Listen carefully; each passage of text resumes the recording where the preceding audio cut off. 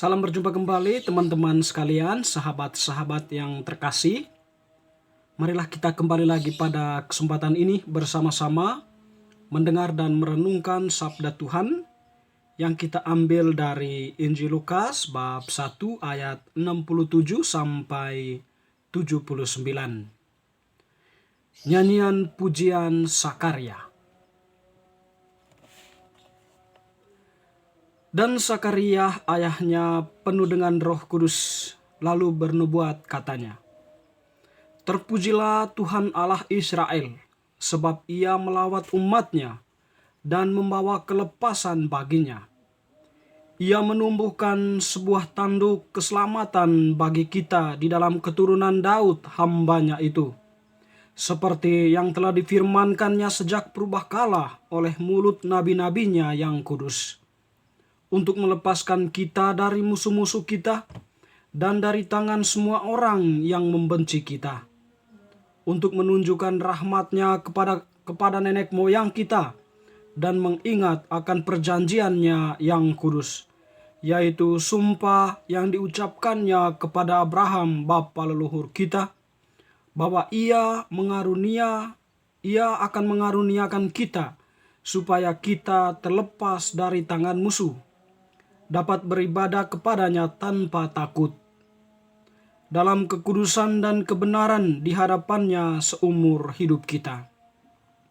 Dan engkau, hai anakku, akan disebut Nabi Allah yang Maha Tinggi, karena engkau akan berjalan mendahului Tuhan untuk mempersiapkan jalan baginya, untuk memberikan kepada umatnya pengertian akan keselamatan yang berdasarkan pengampunan dosa-dosa mereka, oleh rahmat dan belas kasihan dari Allah kita, dengan mana Ia akan melawat kita. Surya pagi dari tempat yang tinggi untuk menyinari mereka yang diam dalam kegelapan dan dalam naungan maut, untuk mengarahkan kita kepada jalan damai sejahtera." Demikianlah Injil Tuhan. Terpujilah Kristus. Teman-teman, sahabat-sahabat yang terkasih dalam Tuhan, konsekuensi dari sebuah janji adalah ditepati. Janji senantiasa terjadi pada waktu yang lalu, waktu yang telah berlalu. Dengan demikian, janji itu merupakan suatu yang pernah diungkapkan atau disampaikan oleh seseorang kepada yang lain. Kepenuhan dari sebuah janji terjadi pada waktu yang akan datang, atau pada waktu yang belum terjadi saat ini, waktu yang ada pada masa depan. Kepenuhan janji itu nyata dalam tindakan ditepatinya janji yang diungkapkan atau disampaikan pada masa lalu. Dalam sejarah kehidupan bangsa Israel, Allah berjanji kepada Abraham dan para nabi akan membangkitkan seorang raja dari keturunan Daud yang akan membebaskan bangsa Israel dari penderitaan mereka. Dalam bacaan pertama, mungkin kita membacanya, yang telah kita dengar atau telah kita baca, Allah berfirman lewat Nabi Nathan kepada Daud, bahwa Tuhan akan membangkitkan keturunan kepadamu. Keturunannya itu akan menjadi raja dan akan mengokohkan kerajaannya untuk selama-lamanya, serta tahtanya akan kokoh selama-lamanya di hadapan Allah. Ini sebuah janji yang kepenuhannya akan terjadi atau terpenuhinya oleh salah satu dari keturunan Daud yang tumbuh dari tunggal Isai. Dalam bacaan Injil yang telah kita dengarkan tadi, kita mendengar pujian atau kidung Sakaria. Dalam kidungnya, Sakaria menggambarkan keadaan saat ini dari janji Allah kepada Abraham, Daud, dan para nabi pada masa lalu. Sakaria mengungkapkan kidungnya tentu tidak terlepas dari perjumpaan Sakaria dengan Maria yang mengunjungi rumahnya. Perjumpaan tersebut mungkin menghantar Sakaria pada suatu permenungan sejarah di masa lalu, di mana Allah berjanji kepada nenek moyangnya Abraham akan mengutus seorang penyelamat dari keturunan Daud. Kepenuhan janji Allah telah nyata di hadapan matanya. Sang penyelamat itu atau Mesias telah datang dan bersemayam dalam rahim ibunya Maria. Dengan demikian, gambaran Sakaria akan Allah yang telah berjanji kepada nenek moyang mereka terpenuhi. Bapak, Ibu, saudara-saudari yang terkasih, kedatangan Mesias sebagai pembawa terang bagi mereka yang berada di dalam kegelapan, menaungi manusia dari kuasa maut, dan mengarahkan manusia kepada jalan damai sejahtera. Dalam kidungnya juga, Sakaria menggambarkan eksistensi putranya sendiri, Yohanes Pembaptis. Dia adalah nabi yang diutus Allah untuk mempersiapkan jalan bagi Mesias yang datang itu. Dan engkau, anakku, akan disebut Nabi Allah yang Maha Tinggi, karena engkau akan berjalan mendahului Tuhan. Peran Yohanes Pembaptis kita bisa jumpa dalam bacaan Injil hari-hari ini, di mana Yohanes tampil sebagai suara yang berseru-seru di padang gurun yang menyerukan pertobatan. Pertobatan sebagai salah satu sarana agar manusia pantas menyambut Mesias yang akan segera datang itu.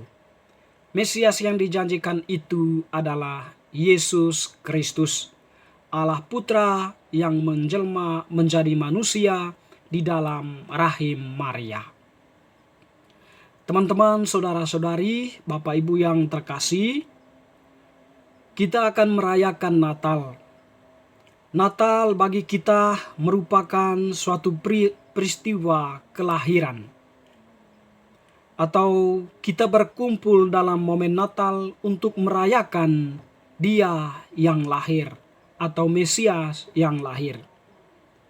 Dia kini telah ada di dalam rahim Maria dan sebentar lagi akan lahir untuk kita.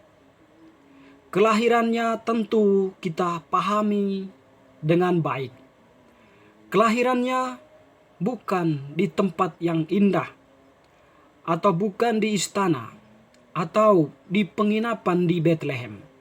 Tetapi kelahirannya di sebuah tempat yang sederhana, tempat yang hening, tempat yang ditemani pelita yang redup, sayupan bunyi dari binatang kambing dan domba, dan juga binatang-binatang malam.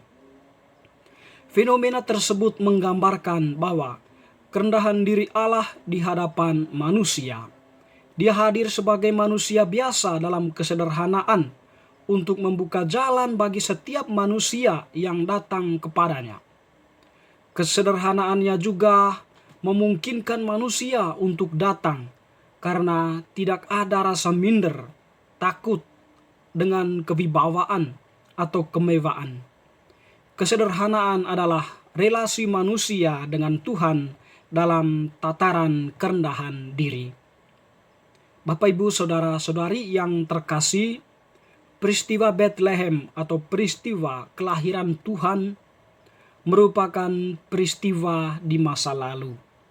Kelahiran Tuhan saat ini tidak kita pahami lagi dalam konteks itu, tetapi konteks Bethlehem hati kita masing-masing.